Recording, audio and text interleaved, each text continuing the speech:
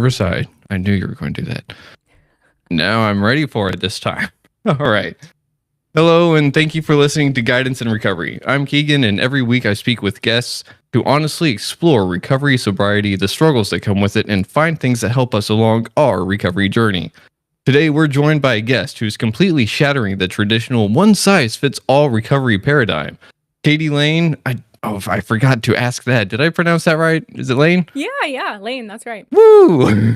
Katie Lain is a former high-functioning drinker who battled alcohol use disorder for nearly a decade.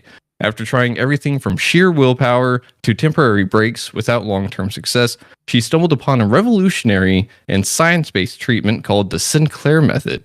By utilizing neuroscience and a 30-year-old FDA-approved medication, she completely rewired her brain's relationship with alcohol, eventually becoming what she calls accidentally alcohol-free. Today, she is the founder of Thrive Alcohol Recovery, a global advocate, and a mentor dedicated to helping people reclaim control of their lives without the shame of mandatory abstinence or rigid labels. So, Katie, I just got to ask right off the bat, what myth is it that you're wanting to bust today whenever it comes to alcohol recovery? Thank you so much. So the myth I want to bust today is that once an alcoholic, always an alcoholic. That might be Ooh. controversial to some, but I love that you had a picture of a brain on your intro. What I want to talk about today is that alcohol addiction is actually quite treatable and reversible through a neuroscience treatment. So there we are. Ooh, okay. Oh, that is definitely a myth to bust. You're like, oh, I don't know about that. Well, I find it really interesting because whenever I did the rebrand from Retrieving Sanity to Guidance and Recovery, the first guest that kicked us off for that, she was all about once an alcoholic, always an alcoholic. And so it's just, and we do have this like butting of heads, but it's amazing too because recovery is not a one size fits all. It is way different, and a lot of people just have this outside notion that if you don't do recovery this way, you're not actually doing recovery. So I would love to hear all about what the Sinclair method is, what it entails, and how we can actually reverse the alcohol addiction, because holy cow, I know I would love that and all the way through. Absolutely. Yeah. And I think it's like, I guess, a paradigm because, like you said, there's multiple ways to recover. Even the treatment I want to talk about today, it changed my life, saved my life. I've seen it do the same for so many others, but I don't pretend like this is the only way to do it. Mhm. So for some people, you know, calling themselves an alcoholic and believing that it's a disease and that they'll, never recover from it, that helps them stay sober. So I'm not here to say that's wrong. If that's helping Mhm. you, like, more power to you. But what I want to talk about today with the Sinclair method, which is just the thing that's so life-changing about this treatment for so many of us, is that it works on a neurological level over time to truly reverse the alcohol addiction, really helping the brain unlearn the alcohol addiction. And when that Mhm. happens, like in my case, I just feel like the addiction's been erased from my brain, as if Huh. it never happened. I'm not triggered. I don't get triggered. I don't fear I'm going to relapse. I can actually drink if I want to. I just genuinely don't want to. Um, and that's only possible because of the treatment I use. Like, I tried Uh-huh. moderation and I tried quitting before the treatment, and I would just relapse and binge, and it would be horrible. And I was in that vicious cycle so many of us know about. But when you treat it at the brain level, it's a totally different outcome. Huh. That is really interesting because, I mean, one of the things that I have always seen pop up in like Facebook groups or questions and stuff is like, after I've been in recovery for like 10, 15, 20 years, can I drink like a normal person?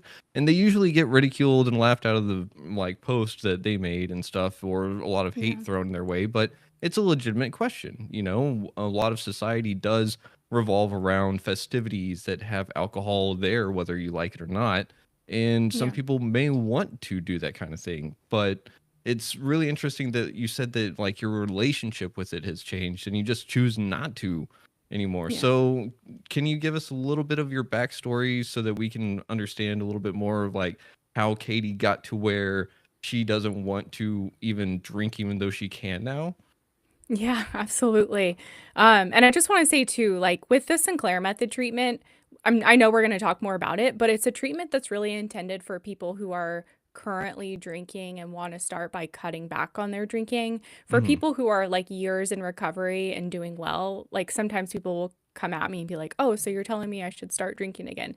If you're doing well in your recovery and like you're content being sober and alcohol free, like I'm not inviting that. But I work with people oftentimes who are like in recovery, 6 months, a couple years, whatever. And they're like, I'm going to relapse. This is not sustainable. And then they transition to this method. So this isn't like black and white. And again, it really has to do with the specific treatment protocol because it works to heal the brain, which I know I just keep teasing it, but we'll talk about that. A little bit about my story. So I struggled with alcohol for nearly 10 years, basically my entire 20s.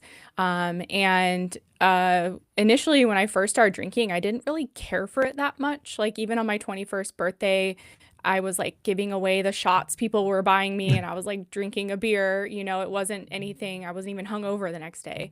But right after that, I started drinking really heavily because of people I was hanging around. And I was an adult. I made my own choices, but it's amazing to me how the people you hang around can really influence the decisions you make. So I started drinking, really fell in love with it. Like within a few months was like binge drinking every day from like a party point of view. And I loved it. I was like, oh my gosh, I can't believe I didn't like know how amazing alcohol was before. And did that for several years and kind of justified it thinking I'm in my early 20s. It's what we're supposed to do at this age. Maybe when I get a little bit older, I'll kind of rein it in. And then a few years later, I tried to rein it in because I got scared. I'd been drinking every day for a very long time. Like I couldn't even remember the last time I'd gone even just one day without drinking. I was like, that's probably not good. Let me see if I can maybe take a break. So I tried a 7-day break to like detox and it was very, very hard. I wanted to drink every day. I was white knuckling it, as they say. And I was committed to making it the 7 days. I wanted to give up the whole time, but I made it 7 days. But by day 8, I was like binging again and just back in the cycle. And that was the first attempt of probably dozens of trying to quit or control my drinking. Fast forward to 2017. I had been trying to manage my drinking and quit drinking many times for years. And in 2017, I was always like scouring the internet looking for an answer. And I'd tried other things before this, but stumbled upon this science-based treatment called the Sinclair method that works to heal the brain of alcohol addiction. At the time, I didn't even know that an alcohol addiction was a function of something happening in the brain. I thought it was, you know, a disease. It runs in my family. Maybe it was just in my genes. Thought I just didn't have discipline or willpower. Thought it was something where, you know, maybe if I had a personal breakthrough or an aha moment or something really horrible, like a terrible rock bottom, then I would finally get like an epiphany and quit. So that was the first time I really like understood like, oh, it's an issue of the brain. And there's a medication that's been around for over 30 years that works to kind of biohack the brain and help the brain essentially unlearn this learned behavior of alcohol addiction. And that was really an aspect of the research that Dr. Sinclair did, who discovered this treatment in the 90s, that alcohol addiction is not a moral failing or necessarily something that's just a something that runs in your family. That's a component to it, but it's not the whole picture. It's really a learned behavior that's learned through repetition. When you drink, your brain learns to like it, basically, at the very basic level. And when that happens, it becomes very hard to control or quit. And so it's a learned behavior in the brain that can be learned by almost anybody through repetition of drinking. And it can actually be unlearned through the Sinclair method treatment protocol. So I learned about this, sounded way too good to be true, but I was like, I have to try this. And I had a hard time getting on it initially because nobody knew about it. No doctor would work with me on it. I went to several doctors in my area. Things have changed since then. It's gotten a little bit easier to access, but it's still like under the radar. Learned about it, and I started it as a daily binge drinker where I had no control, was drinking to black out like most nights of the week, was hungover to some degree every day, 7-day-a-week drinker, functional, but not functioning very well. And then within 8 months on the treatment, I was down to drinking about 1 or 2 glasses of wine once or twice a month, simply because that was all I wanted. Like I could effortlessly stop, and it was incredible to see myself be someone who could like sip on a glass of wine and not feel that compulsion and pull need to binge. And after a little more than a year on the treatment, I tell people I went out accidentally alcohol free because I never did this treatment intending to quit. I wanted to be able to have the occasional drink or go to a wedding and toast the champagne, have a New Year's cocktail or whatever. Mm-hmm. Um, but after 4 months I just like kept not drinking. I was like, this is crazy. It's another month and I just haven't wanted to drink. And after 4 months of that, I was like, well, maybe I'll go alcohol free. And that was in the end of 2018. And I haven't drank since then. But I Wow. tell people I can drink anytime I want to. And that's absolutely true. I would follow the protocol of the Sinclair method, but I just genuinely don't want to. It's like I tell people, I've never been addicted to cigarettes. So like if life gets hard, I'm not like, oh man, I wish I could have a cigarette. It's like that connection in my brain just doesn't exist. And that's what it feels Huh. like with alcohol now, to where I can't even muster up the desire for a drink because it's like it's been severed in my brain, which is Huh. just, I'm still baffled at that fact. So yeah, that's a little bit of my story. Whoa, that is way too cool. Thank you for giving us that insight. And I mean, just to not have that trigger or that compulsion or that pull just sounds like that is absolutely amazing, because a lot of people, even in traditional recovery, like 12 steps and stuff, may not ever even get there because they get quote unquote triggered. And it's like, oh, now I have to go drink because someone pissed me off or I saw something and it made me think this. So, uh, Yeah. like, what is that medication? And was it something that was like, just, you said it was under the radar, right?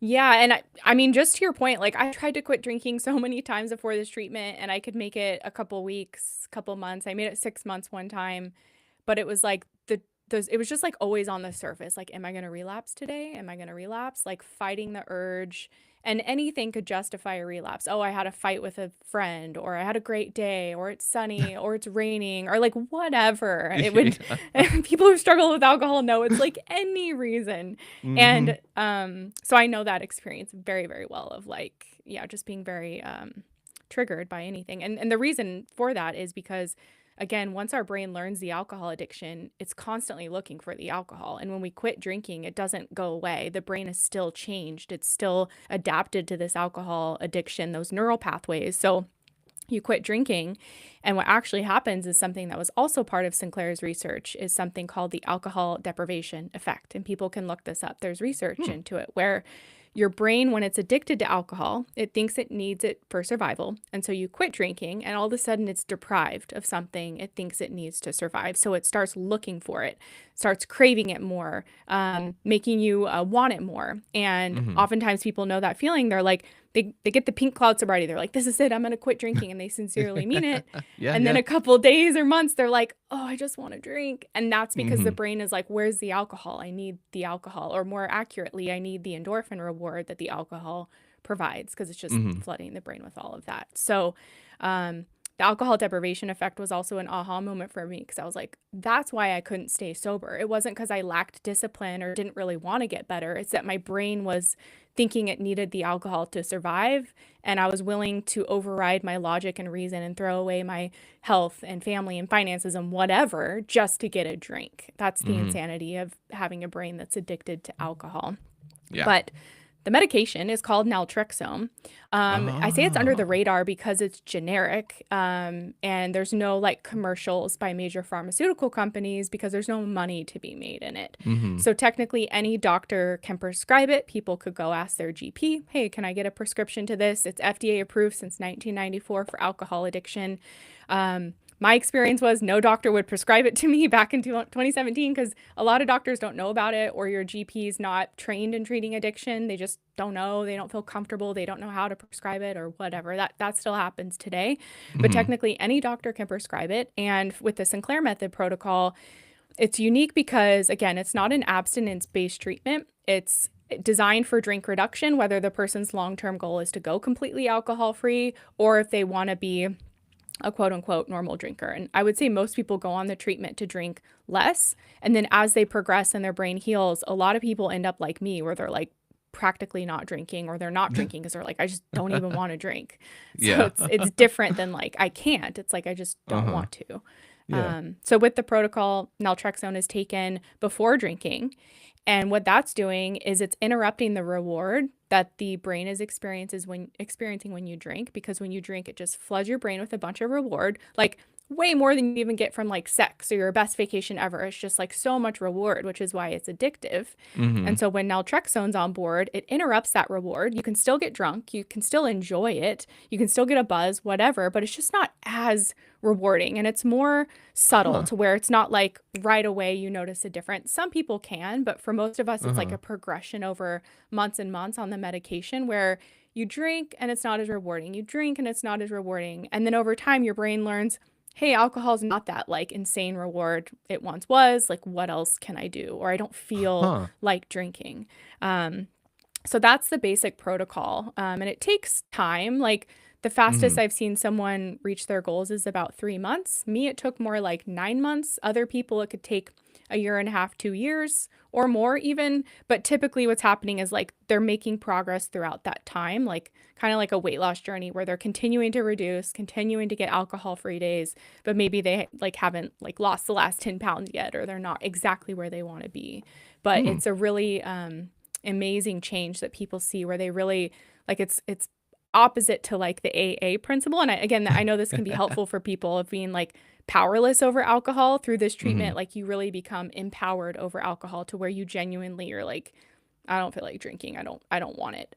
Huh. And you get your control back. So yeah. Whoa, that is way too cool. And naltrexone, it's weird because I have heard of that, but it was only after I've started this whole recovery journey of my own and like Okay.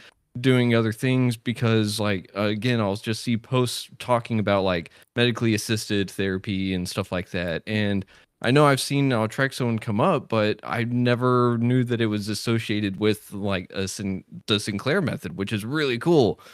Yeah. And uh I mean, I totally understand that whole like I'm going to try to quit drinking and then get right back onto it. The longest stint I had during my whole shindig was about a month, and it was because I broke my femur, and so I couldn't Oh, do anything. And you know exactly where I went whenever I could start walking and driving again. So yeah, it did not last long. I'm But surprised you didn't just drink in your like recovery when you like recovery of your injury that is oh like no, on I board. did. I Oh, okay. did. But that was the thing is that like I was living with the in-laws at the time, and so like I knew where their liquor cabinet was, and so I would hobble whenever I could hobble over there. I started to do that, but it was not good. Let me tell you, that was a bad time. Oh But my gosh. yeah, Yeah, it sucked. that Um, sounds horrible. And mhm, yeah, so yeah. you've heard of naltrexone because it's been FDA approved for alcohol since 1994. Like if you Whoa. Google like medications for alcohol addiction, it's like one of three that are Uh-huh. FDA approved. It's just widely underused, underprescribed. Like there was a recent article that came out that estimated that I think it was less than 3 or 4% of people who could benefit from naltrexone or even offered it. So it's just like unbelievably underused. Wow. And it makes me wonder, like, because so it does it essentially also stop cravings in a sense? Yes. So, like, it's used in different ways. Like, some Mm-hmm. people who, let's say they leave rehab and they don't want to drink, they want to stay sober, they might go on naltrexone as a Hmm. daily medication for anti-craving. It has Uh-huh. research to show that it does help with cravings and helps people stay sober.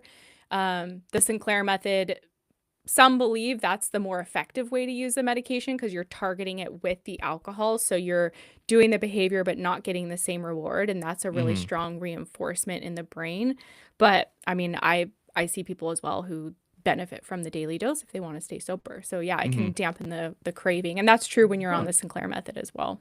Oh wow. So it sounds like whenever you use the medication with the alcohol, it's like anti-Pavlov's dog.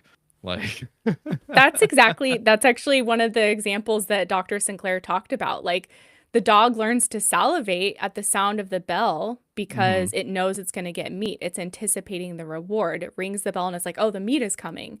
And Uh-huh. so with alcohol, like we pass by the bar and we're like salivating, we're craving, we're like, oh, I'm going to go get my reward in there. And so Mm-hmm. with naltrexone on TSM, because the reward is removed, just like with Pavlov's dog, the bell keeps ringing, but there's no reward. They stop salivating because there's Huh. no reward afterward. They unlearn, the salivation at the sound of the bell. And the same is true with the alcohol. You stop craving or stop salivating because you keep doing it and it's just not the same. Like it's not as rewarding. Yeah. Yeah. Huh. That's really cool. And it so a little bit of my backstory just to kind of highlight like why I was asking that question, because I went through a medically assisted detox during at the end of my whole decade long addiction. And that was the thing, is that I went through delirium tremens and woke up in the hospital 4 days later. And yeah, it was not fun. But for about a week after, I had like no cravings. It was weird. I was like, yay, I don't like feel like I need to go do this or anything. And then it started to like creep back up, but thankfully I went into rehab and stuff. But Good. and that's its own story. But the whole thing was that like I they didn't tell me if they gave me medication or anything, and so it was just weird because that was the first time in like 10 years I was like, hey, I don't crave this. Wow. So Wow. weird. Wow. So Were you yeah, on naltrexone? I have no idea. But that's the thing. Like they gave me something like whenever I was in my coma or whatever. I don't know what it all they put me in or what all they put in me, because I was out of it. Like my liver failed, and so they Wow. yeah. Like I said, it's its own story. So Wow. not fun, because I was a very bad I was that high functioning alcoholic, driving all over the place, drinking way too much liquor every night. Not fun. But Wow. it's weird because my like body response to it now is like, even sometimes these conversations, if I let my mind wander too much with it, my stomach gets physically ill. Like I want to vomit sometimes because Wow. it's just like, nope, That's kind of a blessing yeah, to have it that. is. Like that's kind of like its own form of extinction. Like that's what we call the Sinclair method. It's like you're extinguishing the addiction because you're Hmm. reinforcing that like it's not as pleasurable, but that's its own kind of negative reinforcement. Didn't they used to do that with like, forgetting the name of it now, like Schick and Shadel or something, where they would like make you drink so much alcohol that it made you Oh, so sick. And so it was like, what's it called? That type of therapy. It's I like don't, I I don't I'm know, forgetting but the name of it now.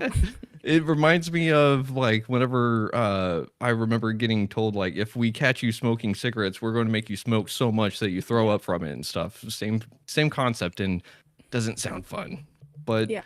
addiction is one of those things that it's like, even after that whole thing, we crave it because it was filling something, or Yeah. was it?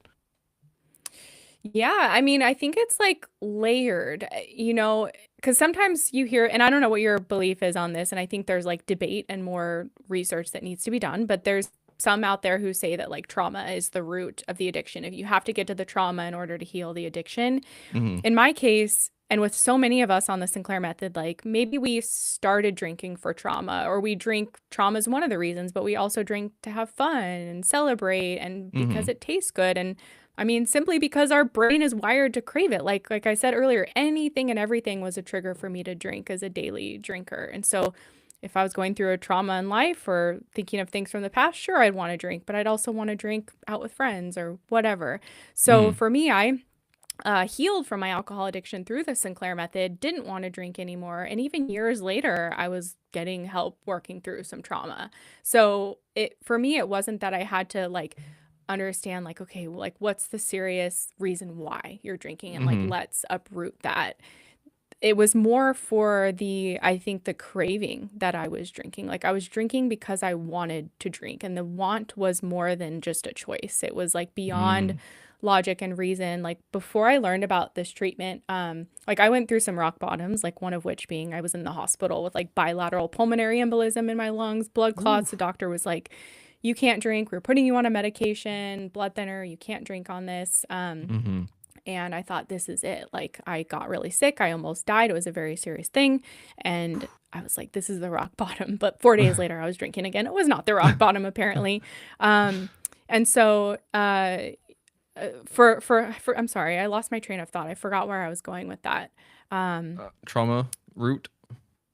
Yeah, I'm so sorry. I totally lost my train of thought. You're totally But fine. I You're think fine. we can drink for different reasons, and it's not Mm-hmm. necessarily linked to trauma. And I Mm-hmm. think when we heal the brain and the desire to drink isn't there, it kind of forces us to work through some of that stuff. Like I Mm-hmm. tried going to therapy to deal with my drinking before this method, and Mm-hmm. I would try to work through things and talk through things, and I would just want to drink the whole time. And you kind of hear people say sometimes in AA, like, oh, I go to an AA meeting and I just want to drink. And again, not to knock AA. My own dad is sober from AA. I'm so glad it exists. Mm-hmm. But I think that's something we don't talk about enough is like the mental side of the alcohol addiction and just the craving, like the desire to drink. And that was what I was going to say is right before I learned about this treatment, I remember sitting at my kitchen table, like just battling this. And I was like, you know what?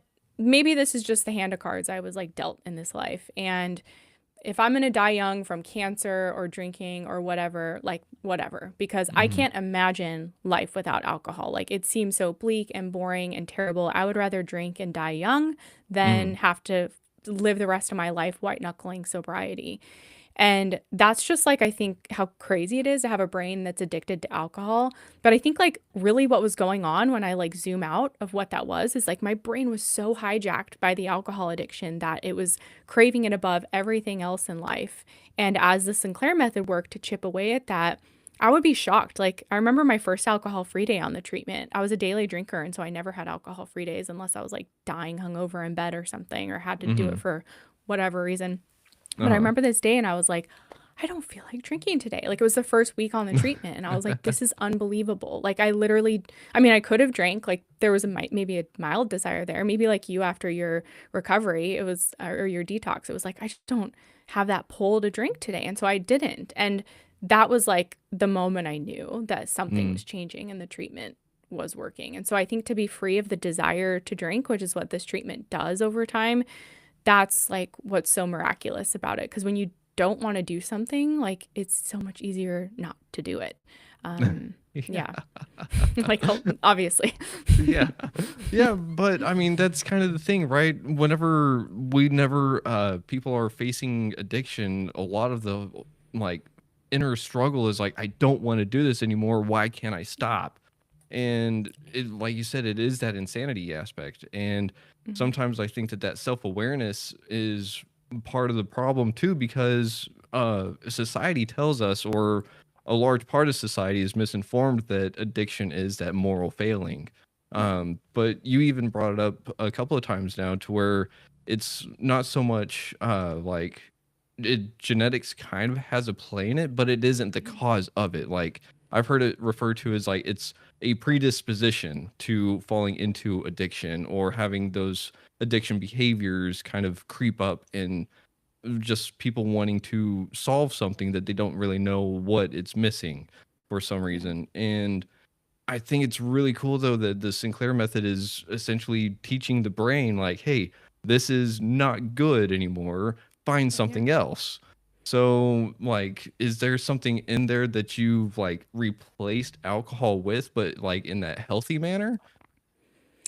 Absolutely. And that's like a really important component of the treatment. Like people who are against this treatment will be like, yeah, right, a pill's not going to fix like a complicated relationship with alcohol or a, Mm-hmm. multi-decade long alcohol addiction.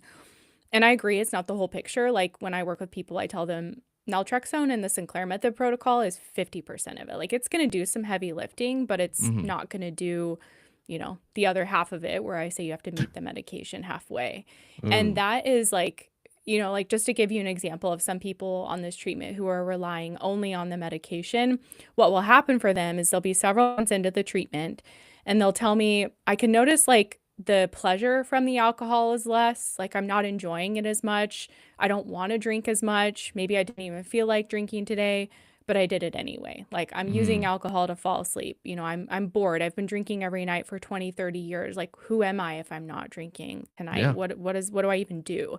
And that's Mm-hmm. a very real challenge with this like healing from alcohol addiction. Like naltrexone's powerful because it takes away the desire over time, but you're still faced with like, okay, well, what now? And if Mm-hmm. alcohol's been a part of our identity or habit for a long time, like I'm like drinking was my hobby and my passion and pastime for 10 years. I don't even have things I like to do outside of that. So it is this process of rediscovery. Uh-huh. And what I loved about the treatment is that it can be done gradually. It's not like, okay, I'm sober today and I have to figure everything else out tomorrow. It's like Mhm. there were, for a while on the treatment, I still drank to cope with stress. I still drank to cope with boredom. But little by little, I would be home alone and drinking on naltrexone with boredom. And I'd be like, this isn't hitting in the same way. Like, I've got to figure out other ways to deal with the boredom, for example, or deal with the Mhm. stress because it's not as rewarding. And it's like, I don't really feel like it. Like, I remember this Saturday, because I would day drink on Saturdays, like for a long time. And Yeah. on the treatment, that was one of the later things to go. But I was like, I wanted to go home and drink. And I could tell it Uh-huh. was like a habitual thing because the desire wasn't really there. But it was like, I don't know what else to do. Like, I want to kind of zone out and escape. So I Mhm. was going to kind of default to my habit of day drinking. And I was like, I don't want to be somebody who day drinks every weekend. Like, I'm wasting my life and my weekends by doing that. And so had to kind of force myself to think about other things I wanted to do. And I ended up going home and watching a movie and getting junk food. And it was like really nice. But it was like one Saturday I had to practice that. And then if I wanted to drink on Sunday, I could. It was just Mhm. this like gentle way to really change my habits, like gradually let go of alcohol as this unhealthy coping tool and ritual in my life and gradually build in other habits and coping skills. And a lot of people are very self-aware on this treatment where they'll tell me like, I know I'm drinking out of habit. Like, I don't really want to, but I'm doing it anyway. And so Mhm. to me, that's showing, okay, naltrexone's working, your brain is healing. Now we've got to kind of work to change the habits bit by bit. Mhm. Yeah. But it makes it Oh. again easier when the overwhelming, you're not just like fighting a craving and saying, oh, I can't drink, I can't drink. It's like, well, I can, but let me try this first.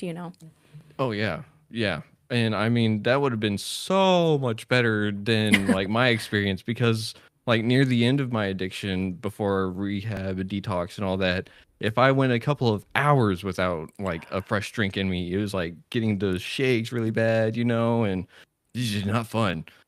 So Yeah. at a certain point, my body was like, "Hey, we need this. Like, if we don't have it, we're almost flatlining right here."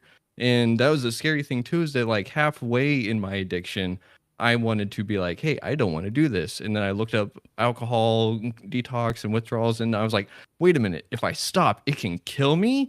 And that's whenever I was like, all right, do I try to control the drinking or do I just like try to quit and let it kill me? And so I was Oh like, my yeah, I'll try to gosh. control it. It did not work. Oh, So, uh, yeah.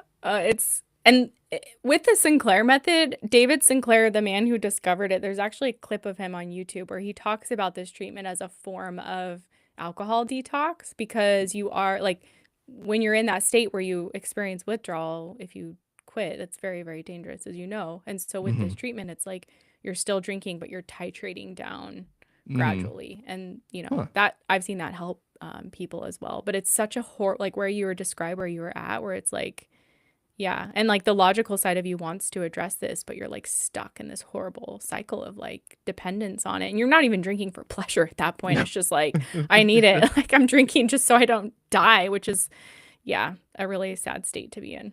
Yeah, yeah. Whenever people think that you're just the really good party goer that can drink anyone under the table, and you're like, no, this is a normal day for me. Like, fuck, Yeah. like that sucks. That's so And good you got out of that. yeah, I agree, and it's my life has changed dramatically ever since, Mhm. but it's taken like there's different layers to it. There's a whole bunch of different things to learn, and I'm always learning. I mean, Yeah. doing this podcast has been probably the biggest like catalyst in my whole journey because I get to learn about new things, and then it's like, wait a minute, that existed. Why didn't I know about that sooner?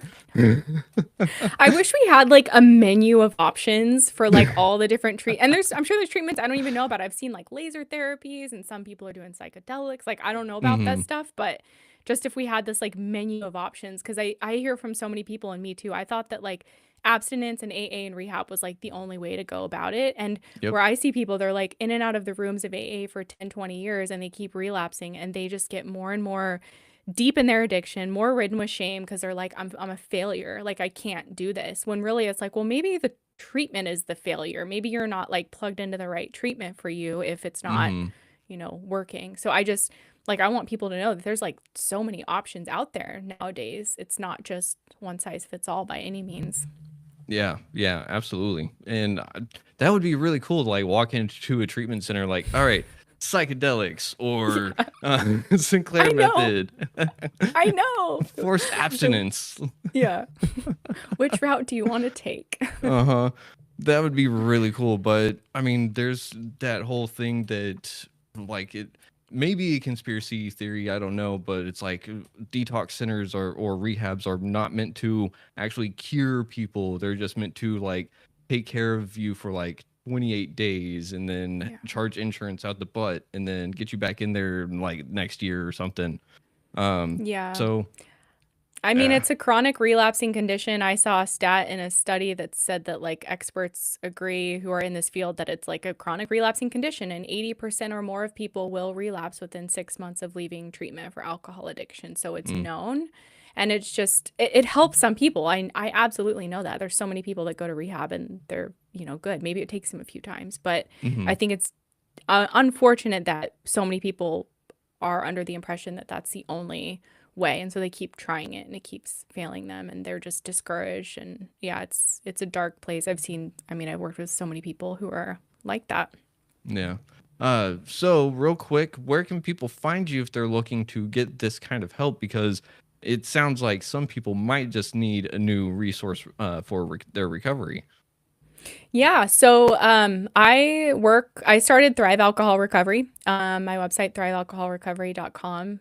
It just kind of happened sort of organically over the years. I had success with the treatment and started telling my story on YouTube, just like documenting my journey. And then that led to coaching people. And then that led to starting a whole program that's specifically centered around the Sinclair method that people can do from home on their own time. And yeah, it provides them coaching and videos and an amazing community and really guidance through the protocol, because it's not an overnight fix. And that's something I want to definitely hit home. Like, sometimes people learn about naltrexone, maybe their doctor prescribes it and they give it a go for a month or two and they're like, man, I'm not really seeing much change. Like, I'm going to stop taking it.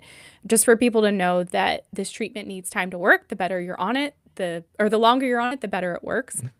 So Uh-huh. understand that, like, we tell people in our program to give it a year for full results. You're seeing a lot of encouraging changes along that time for sure. But it's not like, for most people, it's not like, oh, you're good in a month or two. It takes time for the brain to change and for our behaviors to change as well. Yeah. Yeah. And I put out a lot of content on YouTube and TikTok and other platforms, just educational about the treatment. That is way too cool. Thank you for doing all that. And Thank I you. mean, I've got to admit that there is something about the whole time aspect in play, because my rehab was not the traditional, or like, I don't even know if traditional is the right word, but it was not a normal rehab. I'll just put it that way. Whenever I had gotten out of the hospital, a cousin I hadn't heard from in a while, he was like, "Hey, heard what happened. I'm in a rehab right now that we can try to get you in and everything like that, but you're not going to like it." And I was like, "Well, why is that?" Because it was a 9-month Christian military rehab. And I was like, "Well, Oh, what wow. the hell is that?" So 9 months. And like, I'm telling you, like, I think that was the trick to it. Not necessarily what all happened in there, is that Yeah. I had that 9 months like reset Wow. essentially, and I even was like, once I get out of these doors and everything, like my clean time doesn't really even start until then, because I'm in a shelter of sorts. I was Mm, like, I'm not tested just yet. I'm not wow. out on my own. And at the same time, that 9 months gave me a lot of time to be like, all right, Wow.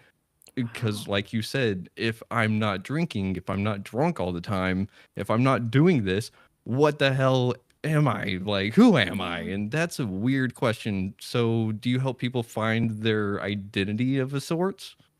Yeah, and I've never heard of a treatment like that where it's Yeah. 9 months. I mean, that's amazing.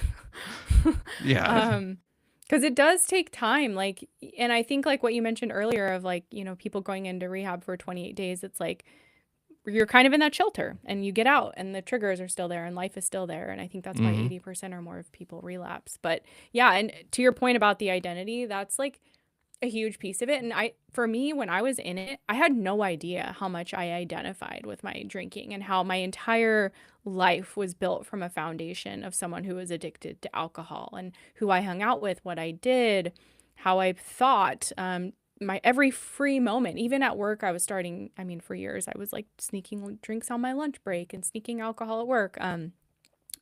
Yeah, just like it was my whole life. And so part of my recovery was certainly realizing that like I couldn't even see that like my identity was so linked with it. And so yes, that is part of our curriculum, and what we support people with in our program is understanding who they are apart from alcohol and what their life can look like. And really, as you heal, especially with the Sinclair method, and maybe true with your, treatment you did as well, it's like your true self kind of gets uncovered and revealed. And I think when we're stuck in alcohol addiction, we can really hate ourselves and maybe not even know who we are because we're just numbing all the time. And we're so, again, identified with our drinking that like there's no room for anything else of our personality. And we kind of bury these old dreams we had or personality traits we had. And so with the Sinclair method, as the brain heals, we kind of discover who we are underneath the fog of alcohol addiction, and maybe even learn to like ourselves and respect ourselves. And it's such a beautiful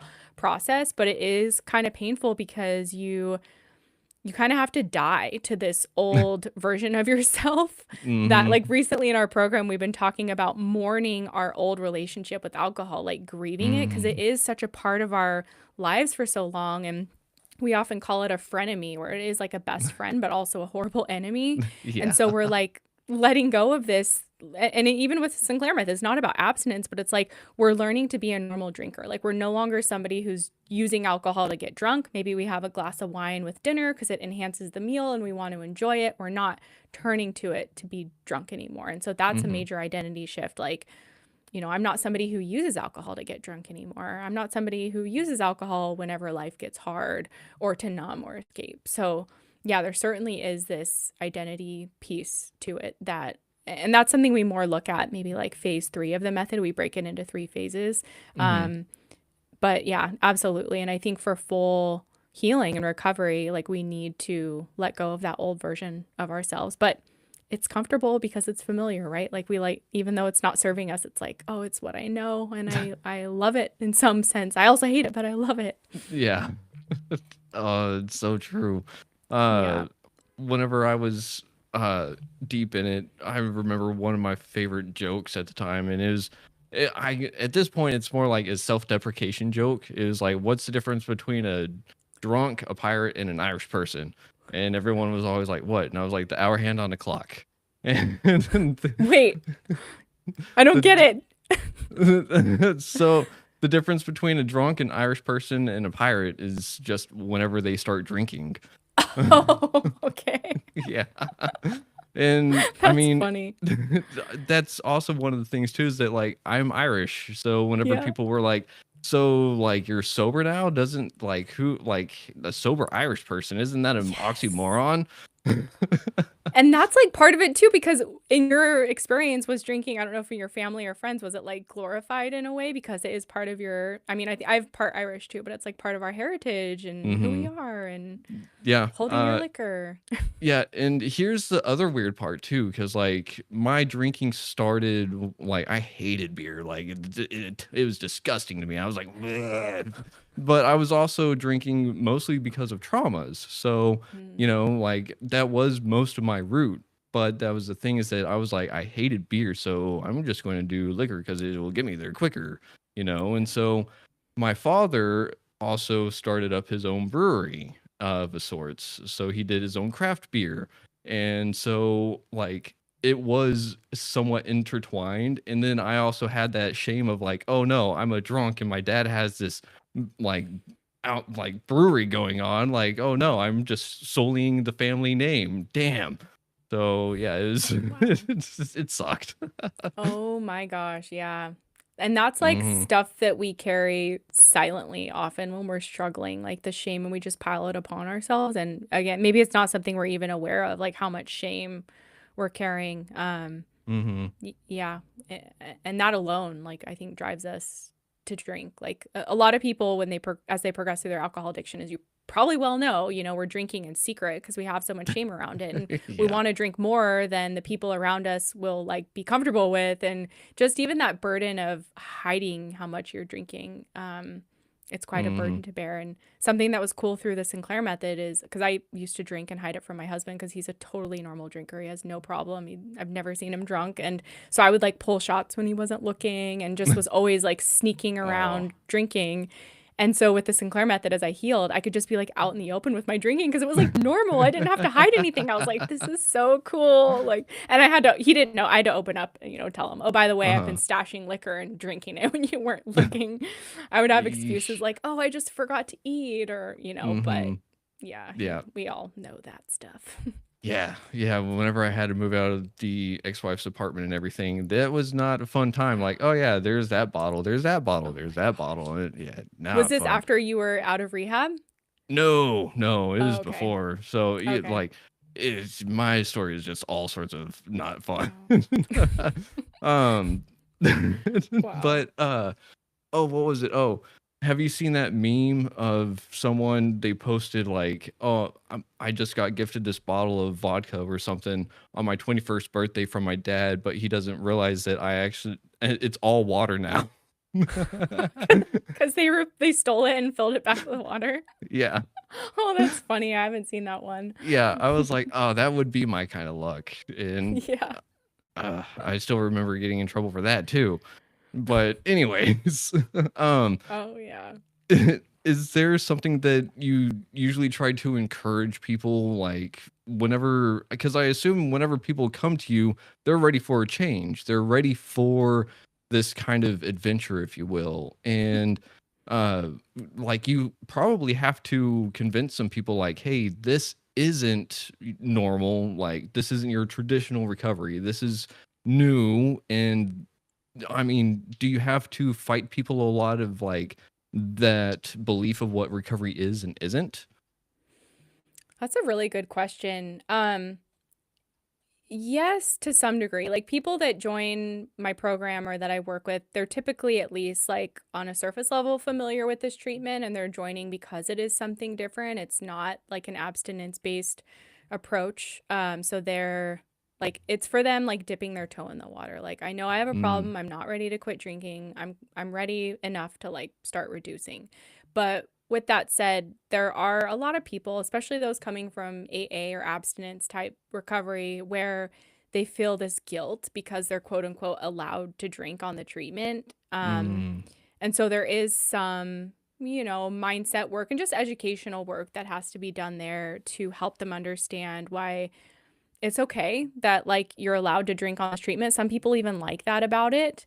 And that makes sense because when we're addicted to something, we don't want to give it up. We're equating it to a survival need. So of course there's some relief that like, okay, good, I don't have to give this up yet. Um, yeah. so there is some of that for sure. And Huh.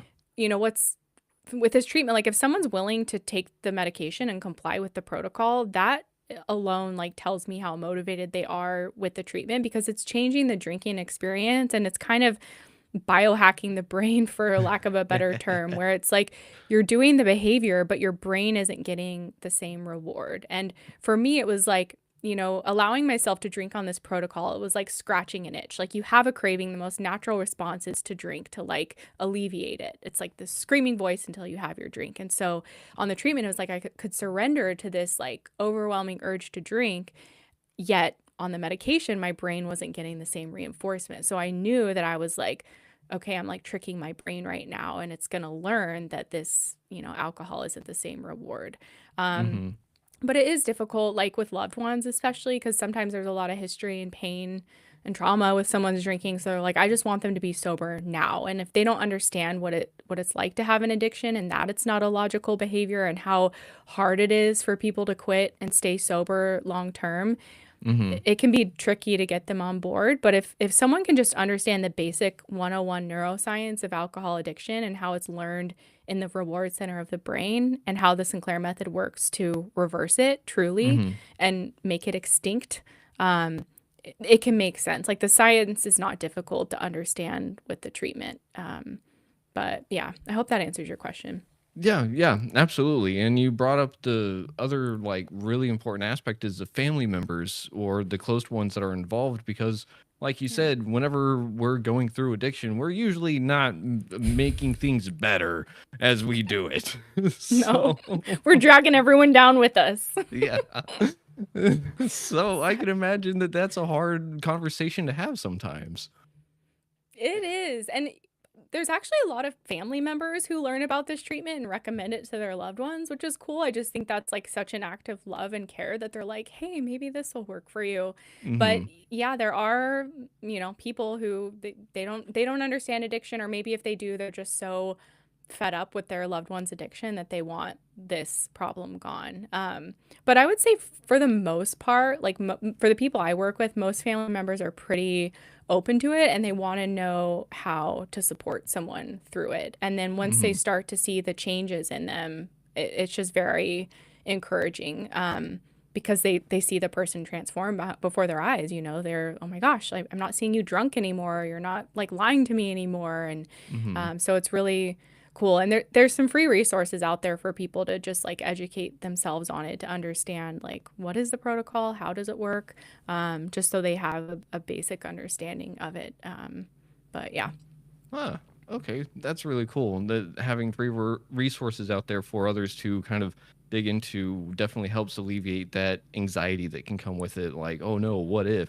Because knowing a little bit more about it, like we fear the unknown. So Yeah. if we can inform people, then that should help everyone in the end. And Yeah. for some reason, it was weird whenever you were talking about like being able to drink but not have that reward with it kind of thing. It made me think back to like my nicotine addiction because I'm coming up on a year nicotine free Wow. for the second time now. And so this time around though it was a little bit different because like I was sticking to like the like flavored vapes like juices and stuff and I, at some point my mouth was just like nah this doesn't make no it doesn't do anything anymore like if Wow. I wanted to get that nicotine buzz I'd have to like wait a whole day and then the very first buzz and like the first puff would give me a small buzz for like 2 seconds and then it was just Wow. gone. But I was like, oh, so I have that oral fixation, so I got a chew toy.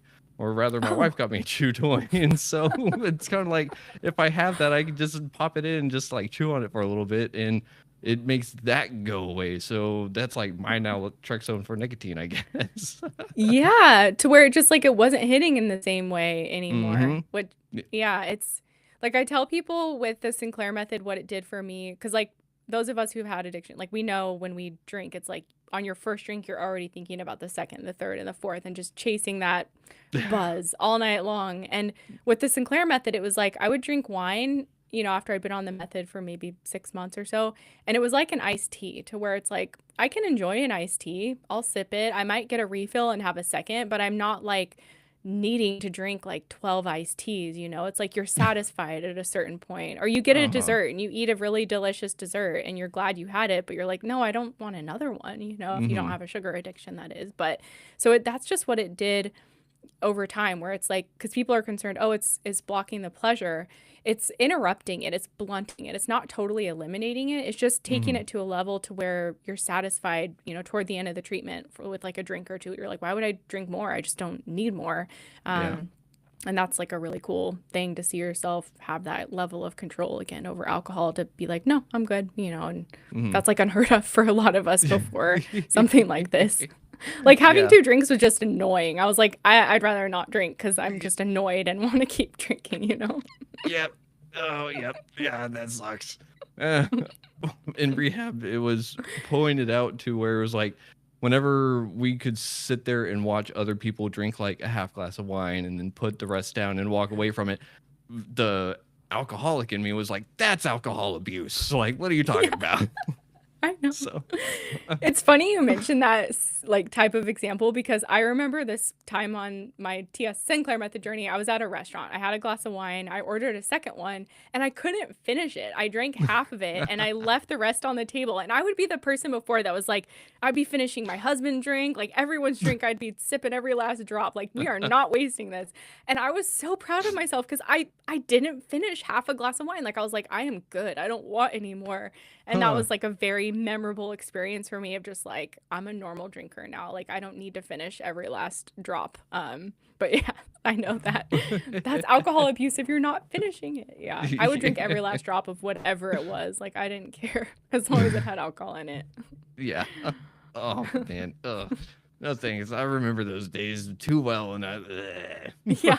I love that you're repulsed from it. Like that's like a ugh. sign of, I think, being in recovery or recovered, healed. Mm-hmm. Yeah. I mean, again, I was at that point where, like, after a long day of work, I would have to have that, like, if I didn't get that drink in during the lunch period, or even if I did after work, it would be like, all right, I got to take this one shot and maybe I'll throw it up before, like, yeah, like, if I could, like, keep it forced down for like 5 minutes, I was good. Otherwise, I would throw it up and then I was good to go for the rest of the night. But yeah, Wow. my body was like, no, we're done. It's killing us. Stop. Wow. So, Wow. mhm. But That's how long have you been free now? I'm coming up on 5 years this year. So, That's amazing. Congratulations. well, thank you. And Yeah. so for you, how you said you stopped kind of around 2018, correct? Was your last drink? Yeah, it was September of 2018 and again, it wasn't supposed to be my last. I was drinking like once a month at that time. But then I went a month and then 2 months and 3 months and 4 and I was like, I guess I'm not drinking anymore cuz I even like people could be drinking the best wine around me and maybe you feel this way now too cuz you're kind of repulsed of the alcohol, but someone offers it to me and I'm like, "No, I'm good." Like there's no temptation, no chatter in my mind like, "Oh, I wish I could." It's just genuinely no. And if I wanted to drink, I would just do the Sinclair method. I would just take naltrexone before to prevent, my brain from getting the full reward of the alcohol. And it would Mm-hmm. be probably very uneventful. And that's something I should mention too. Like, I don't take Uh-huh. naltrexone anymore either. Huh. Following this protocol, I was only taking it before drinking. Mm-hmm. So, by the end of the treatment, I was taking it like once a month when I was drinking. But yeah, now that I haven't drank, what is that, like almost 8 years now, I guess. Yeah. Yeah, and so I don't take it. But if I were to drink tomorrow, I would just follow the protocol because the brain can potentially relearn the addiction again Mm-hmm. within, probably a few months or something like that. I've known a handful of people who did the treatment and drink in moderation without the medication, but I've known many more who relearn it. So for me, I would just, yeah, follow the protocol. It's like an insurance policy. And I know that if I were to drink it, I wouldn't relearn it again. Yeah. I mean, that would be kind of like one of those things to where it's like, hey, if I'm going to do this, just make sure I have it on hand because it's better than the alternative of falling back into an avalanche. So, Yeah. And I genuinely mean it when I tell people, like, I genuinely haven't wanted to drink. It's like, it's just the craziest thing. mm-hmm. Yeah, to not want it, not even be tempted. And like I said, like if I'm really upset or going through something, I'm like, does a drink sound good right now? I like try to force myself to think if it would, and I don't even remember what it feels like to be drunk or like I Mm-hmm. just it's like yeah that it's been severed in my brain, so it's quite freeing, is what it is. Yeah, it sounds like it is a disinterest, not like an interest. It is like an act of like, nah, it's just not good anymore. Yeah. The term that we use a lot is like meh. Like we just become like meh. We lose our motivation to drink on DSM. It's like, I could drink, but nah. I'll Yeah, have a Diet Coke instead or something. and that is recovery right there. Yeah. um, so we are unfortunately right near the end of this episode. Do you think that we could see you on in the future again? Because I feel like we could go down some more rabbit holes, and there is so much to explore with recovery in all its facets. And I would love to learn a little bit more about the Sinclair method, or to hear other like anecdotes or anything that you've got to offer, because I think a lot more people need to hear about this because if they can stop at their own home without the fear of like, hey, this detox is going to kill me, that would be amazing. So Yeah. thank you for doing what you do. Yeah, I would love to come back again. And I just want to mention, I mentioned the free resources earlier, like for anyone who wants to learn about it or loved ones, but there's a documentary on YouTube called One Little Pill, and it's free. That's about this treatment for people who like are like, what is this? And they just want to learn. So you can check that out. But yeah, I would be honored to come back again. Absolutely. Sweet. Well, thank you very much, Katie. And with that being said, I think we're good to end this one here. But I do have to remind the audience, thank you for listening to Guidance and Recovery on WDJY 99.1 FM. And as always, try to love yourself, love others if you can, but you got to love yourself first. If you're having a mental health crisis, dial 988 or text 741-741. And if you're in the LGBTQ plus community, you can dial the Trevor Project up in Canada. And try to be your favorite version of yourself today, and look up the what was that documentary? One Little Pill. One Little Pill.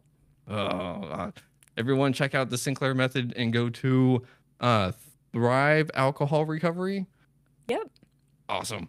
So with that being said, we'll see y'all next time, and until then, much love.